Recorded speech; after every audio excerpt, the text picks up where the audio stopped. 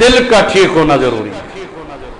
اکھاں week ہوتے کم چل جانا, کانوں کی سماعت کا مسئلہ ہو تو پھر بھی بات بن جاتی ہے, زبان میں لکنت ہو تو پھر بھی بات بن جاتی ہے. جسم کے جتنے بھی اعضاء ہیں, کوئی اعضاء اس میں کچھ بھی ہو تو کام چلتا ہے, دل خراب ہو تو پھر بات نہیں بنتی. یہ سارے اعضاء کا یہ ٹھیک ہونا چاہیے. یہ دل ٹھیک ہو تو زندگی بھی نرالی ہے, مرنے کے بعد موت بھی اور قبر بھی کے اندر بھی صاحب ایمان کی بڑی شان ہے کہ موت کو سمجھا ہے غافل اختتام زندگی ہے یہ شام زندگی صبح دوام زندگی. تو ان کے نام پہ مر کے دیکھ تو صحیح اللہ تیری کتنی قدر بڑھاتا ہے. اس کے لیے دل کا ٹھیک ہونا ضروری ہے, دل کا نورانی ہونا ضروری ہے. نبی کریم صلی اللہ علیہ وسلم نے شاہ فرمایا جیسے لوہے کو زنگ لگتا ہے نا, اگر توجہ نہ کی جائے, لوہے کو ٹائم نہ دیا جائے, نظر ثانی نہ کی جائے, زنگ بڑھتے بڑھتے بڑھتے بڑھتے لوہے کو بھی ختم کر دیتا ہے. تو لوہا کسی قابل استعمال نہیں رہتا. فرمایا ایسے دلوں کو بھی زنگ لگتا ہے, جیسے لوہے کو زنگ لگانا دلوں کو بھی زنگ. کس چیز کا زنگ دل کو لگتا ہے؟ فرمایا کبھی جھوٹ کا زنگ, کبھی غیبت کا زنگ, کبھی ترک نماز کا زنگ, کبھی تہمت کا زنگ, کبھی حسد کا زنگ, کبھی تکبر کا زنگ, کبھی غرور کا زنگ, کبھی تعصب کا زنگ, کبھی حسد کا زنگ. یہ زنگ سیدھا آنکھ پہ نہیں, یہ دل پہ لگتا ہے. بڑھتے بڑھتے بڑھتے بڑھتے جیسے لوہے کو زنگ لگا تو لوہے کو برباد کر دیا, یہ زنگ دل کو لگے تو انہوں نے دل کو برباد کر دیا. ایک چھوٹی سی مثال اس اعتبار سے, بخار بیماری ہے کہ کون ہے؟ بخار بیماری ہے, یقیناً بیماری ہے.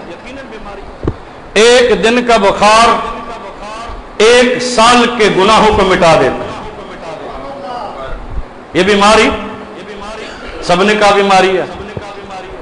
ایک دن کا بخار, ایک صحابی کو بخار ہوا نا, تو سرکار گزرے تو وہ بخار کو برا بلا کہہ رہا تھا, بخار کو گالیاں دے رہا تھا. آقا نے شاہ فرمایا لا تسب الحما, او سجنا ایس نو گال نہ کڈ, اے تیرا خیر خواہ ہے, یہ ایک دن کا بخار تیرے 1 سال کے گناہوں کو مٹا.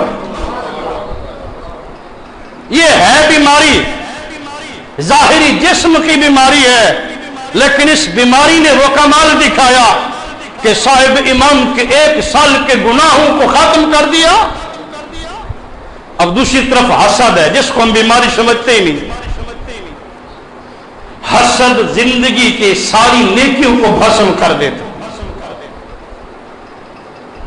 بخار جس کا ہم نے علاج کروایا وہ ہم سے کیا لے گیا؟ اس نے تو ہمیں صاف کر دیا گناہوں سے. 1 سال کے گناہ لے گیا, 1 دن کا بخار, اس کا ہم نے علاج کرایا. حسد جس کو اس دور میں بیماری سمجھا ہی نہیں جاتا, وہ تو اتنی بڑی اور اتنی بڑی بیماری ہے جس نے ہماری نیکیوں کو بھسم کر کے رکھ دیا. بخار کا علاج ہے, حسد کا علاج ہی کوئی نہیں ہے. حسد ہے کیا؟ ڈیفینیشن اس کی ہے کیا؟ کسی کے اچھے کھانے کو, اچھے پینے کو, اچھے برتنے کو, اچھے پہننے کو, اچھے رہنے سہنے کے انداز کو دیکھ کے جلنا, یہ حسد ہے. بھلا کوئی کسی کا نصیب لے سکتا ہے؟ یہ سچی گل ہے. کوئی کسی کا نصیب نہیں لے سکتا, اور نصیب کھائے بغیر بندہ مر بھی نہیں سکتا. نصیب کھائے بغیر بندہ دیکھا ہے اپنی گناہگار آنکھوں سے. بندہ پڑا ہوتا ہے مرگ بستر پہ, انتہائی بے یار و مددگار صورت کے اندر چمچ کے ساتھ پانی اس کے منہ میں ڈالا جا رہا ہوتا ہے, لیکن جب نصیب ختم ہو جاتا ہے چمچ منہ کے قریب ہوتا ہے, پانی اندر ڈالتے ہیں, جو نصیب میں قطرہ نہیں ہوتا وہ دیکھا ہے وہ دائیں بائیں بہ جاتا ہے. پتہ چلا تو آج کسی کے نصیب پہ حسد کر رہا ہے, کسی کے نصیب کو دیکھ کے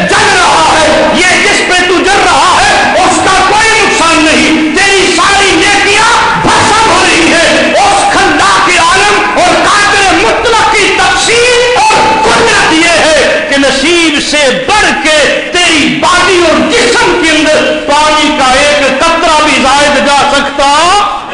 جب بند یہ ہے تو پھر حسد کیوں کرتا ہے؟ ایک دن کے بخار کے لیے علاج ہے اور حسد کے لیے سوچ ہی نہیں ہے یار میں کیوں کر رہا ہوں.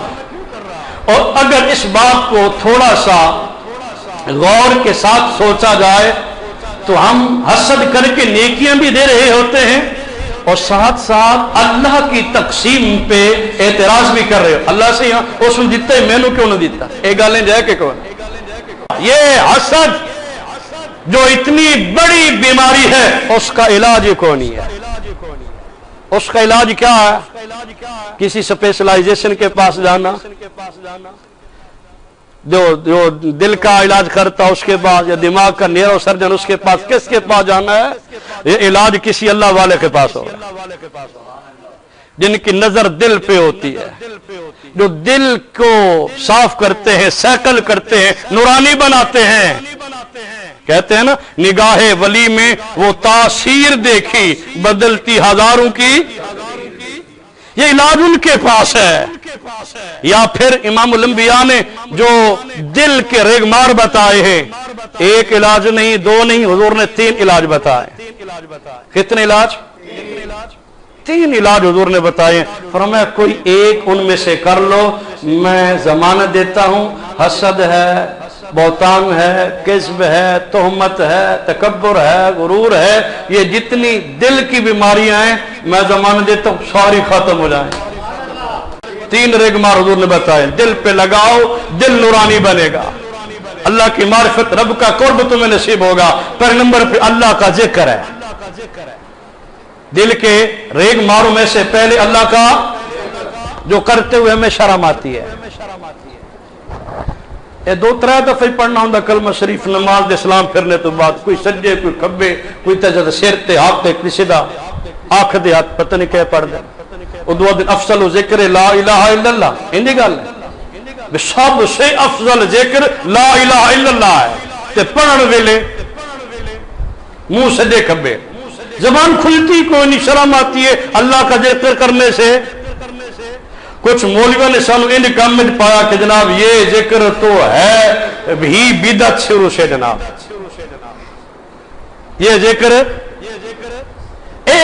کا کرنا ہی نہیں چاہیے، کوئی اور ذکر ہونا چاہیے. حدیثیں کہتی افضل ذکر یہ ہے، دماغ اور فکر اور اس دور کا فتنہ کہتا ہے یہ ہے ہی بدعت. اے جی مولوی صاحب نماز تو بعد کریے تے نماز خلل پوندا جناب، ساڈے تے نماز ٹوٹ دین جناب، اللہ دے ذکر تو نماز پہ ٹوٹ دین جناب. ہن ڈھول بجدے رہن تے نماز کوئی فرق ہی کوئی نہیں جناب.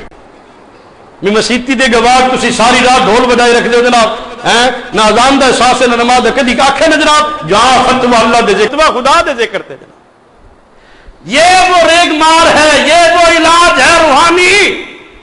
اگر ہم چاہتے ہیں کہ دل کی دنیا بدلے تو ذکر کرتے ہوئے شرمانا کیسے؟ فرمایا امام فرمایا ذکر اللہ کا ایسے کرو کہ دیکھنے والے تمہیں مجنوں کہیں. ہائے ہائے ہائے، جس غیر کی نظر پڑے وہ تمہیں مجنوں کہے، وہ دیوانہ کہے. یہ کون ہے؟ یہ خدا کے ذکر میں معمور ہے، اسے تو دنیا کی خبر ہی نہیں ہے. زہرا کے بابے نے تو یہ بتایا اور فتنے کے دور کے بندوں نے وہ بتایا، اور مرضی تیری ادھر چلیا.